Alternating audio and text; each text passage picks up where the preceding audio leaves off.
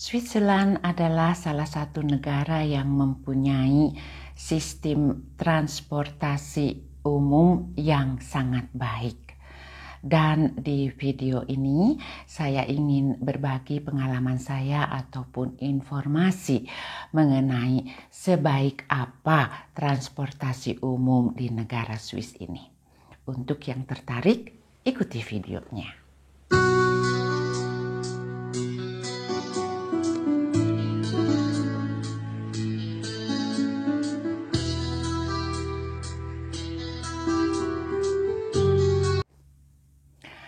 Halo sahabat tercinta dimanapun kalian berada, jumpa lagi dengan saya Pribumi Bandung dari Switzerland. Semoga kalian semua ada dalam keadaan sehat dan sejahtera selalu. Amin. Sahabat tercinta, mungkin banyak sekali ya di antara kalian yang sudah pernah mengunjungi negara Swiss. Dan di video ini tidak ada salahnya juga saya ingin memberikan informasi kepada teman-teman yang belum pernah mengunjungi negara Swiss dan ingin mengetahui transportasi umumnya seperti apa. Nah, di sini saya akan mendetail ya, banyak sekali kendaraan umum yang bisa kita pergunakan di sini. Dan tentu saja salah satunya yang harus kalian ingat kalau di negara Swiss itu kendaraan umum itu kita bisa mendapatkannya ke tujuan manapun, sampai ke atas puncak gunung salju juga ada ya kendaraan umum yang disediakan untuk pergi ke sana. Di sini saya akan mulai dengan kedatangan kita di airport Zurich ya, di Zurich Airport. Ini adalah international airport yang sering sekali pesawat dari Asia atau dari negara yang agak jauh ya datang atau landingnya di kota Zurich. Dan selain kota Zurich tentu saja ada kota lainnya yang sering didatangi atau landing pesawat-pesawat jarak jauh ya, seperti kota Jenewa. Namun di video ini saya akan mulai dari kota Zurich yang lebih banyak destinasinya kedatangan pesawat-pesawat besar dari negara Asia ataupun dari Indonesia. Setibanya kita di Zurich Airport ya, setelah melewati imigrasi dan pokoknya udah keluar kayak begitu.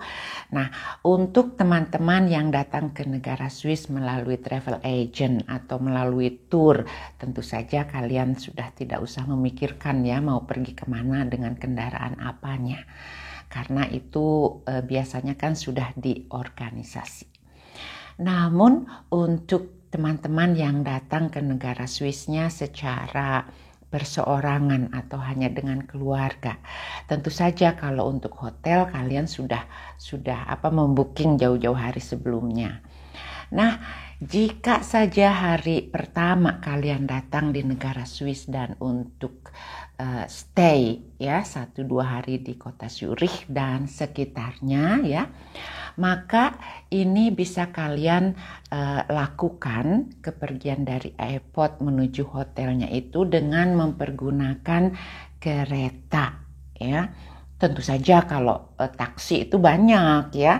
Cuman di sini saya akan berbicara hal yang lebih ekonomis. Maksudnya yang lebih dananya akan jauh lebih murah dibanding kalau kita mempergunakan taksi.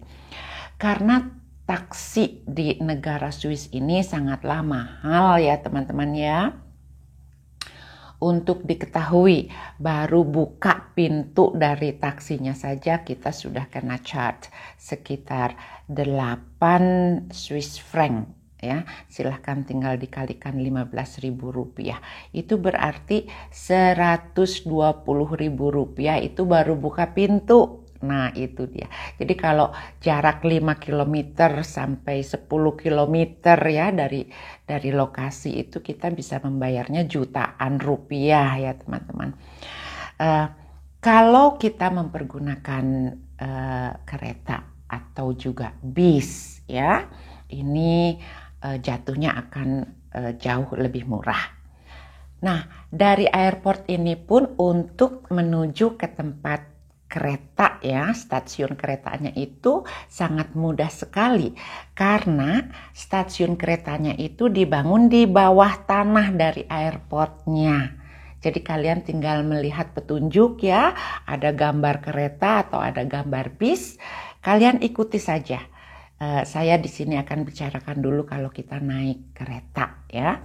Itu ada di bawah tanah dari dataran airportnya sendiri. Jadi kalian tinggal jalan aja gitu. Mungkin 200-300 meter ya dari tempat kalian keluar kalau dari terminal B atau dari terminal A-nya. Nah, karena yang seperti kalian tahu kalau namanya airport itu pasti besar ya. Jadi jalannya agak beratus-ratus meter ya, dan itu kalian tidak akan merasa jauh karena fasilitas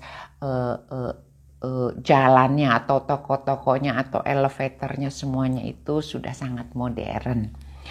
Untuk tiketnya ya teman-teman ya, di situ pun sudah tersedia banyak sekali otomat tiket yang kita bisa beli dari mesin-mesin. Nah, namun jika kalian tidak mempunyai uang receh ya atau uang dari negara ini, maka kalian pun di situ ada konternya yang kita bisa membeli tiketnya dari konter tersebut.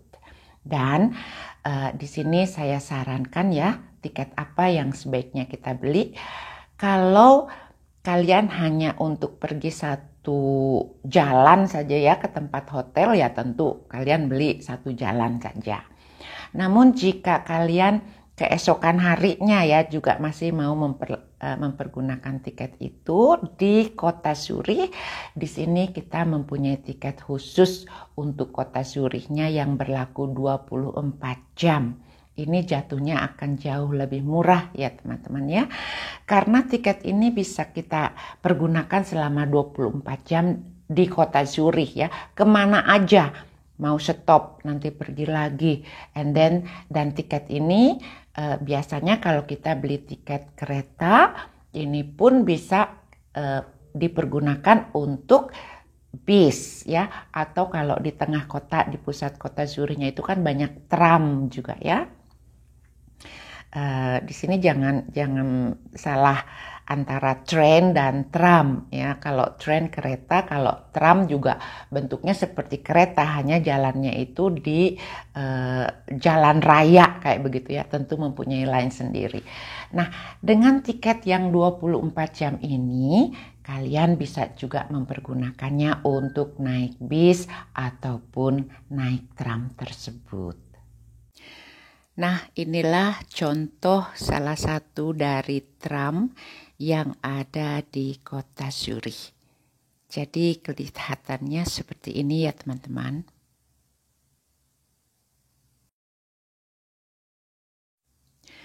Dan tentunya kita pun di sini bisa mempergunakan bis. Kebetulan ada yang lewat itu ya, bis elektrik panjang sekali untuk kota Zurich. Dan kalau untuk di kota Zurich, maka ada ya Hauptbahnhof, itu main station, stasiun kereta api besar. Di situ banyak sekali informasi yang kita bisa dapatkan, terutama jika teman-teman ingin mengunjungi tempat-tempat lainnya ya, atau kota-kota lainnya, atau tempat wisata lainnya. Nah, di situ kalian bisa bertanya tiket apa yang terbaik yang bisa kalian dapatkan ya.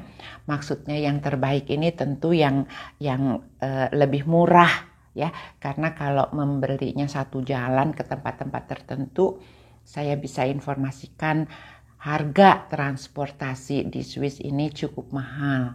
Jadi kita harus pandai-pandai memilih tiketnya yang mana, karena juga ada atau banyak juga dijual tiket-tiket khusus ya, spesial kayak begitu.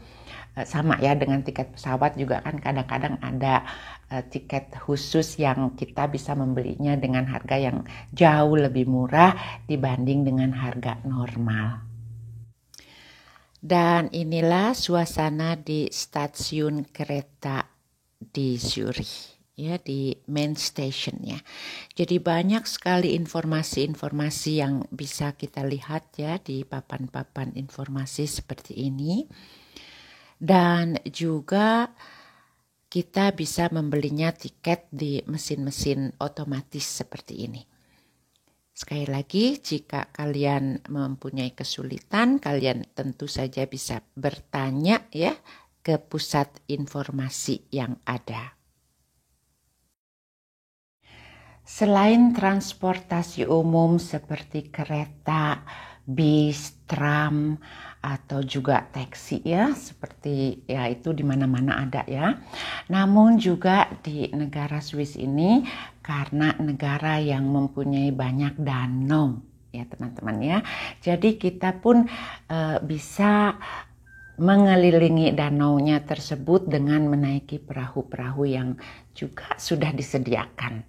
Nah, ini tuh bukan hanya untuk turis ya teman-teman ya, tetapi juga dipergunakan untuk masyarakat lokal.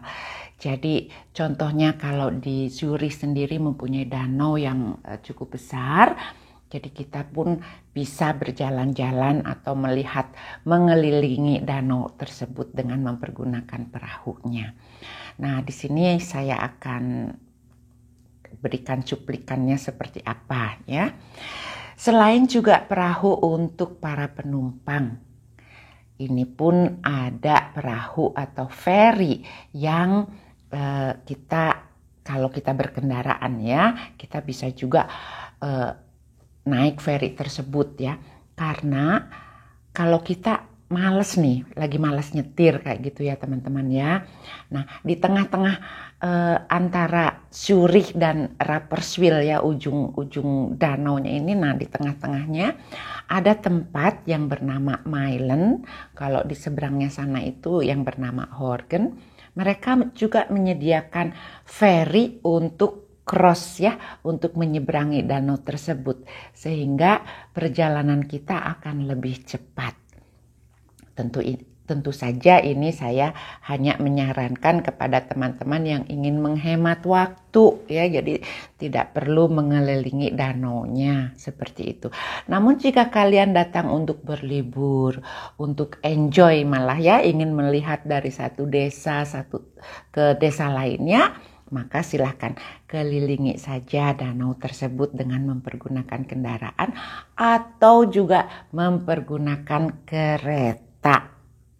Hampir kebanyakan teman-teman yang datang berkunjung ke negara Swiss tentu juga penasaran ingin melihat saljunya ya, sehingga kalian ingin melihat gunung-gunungnya juga ya.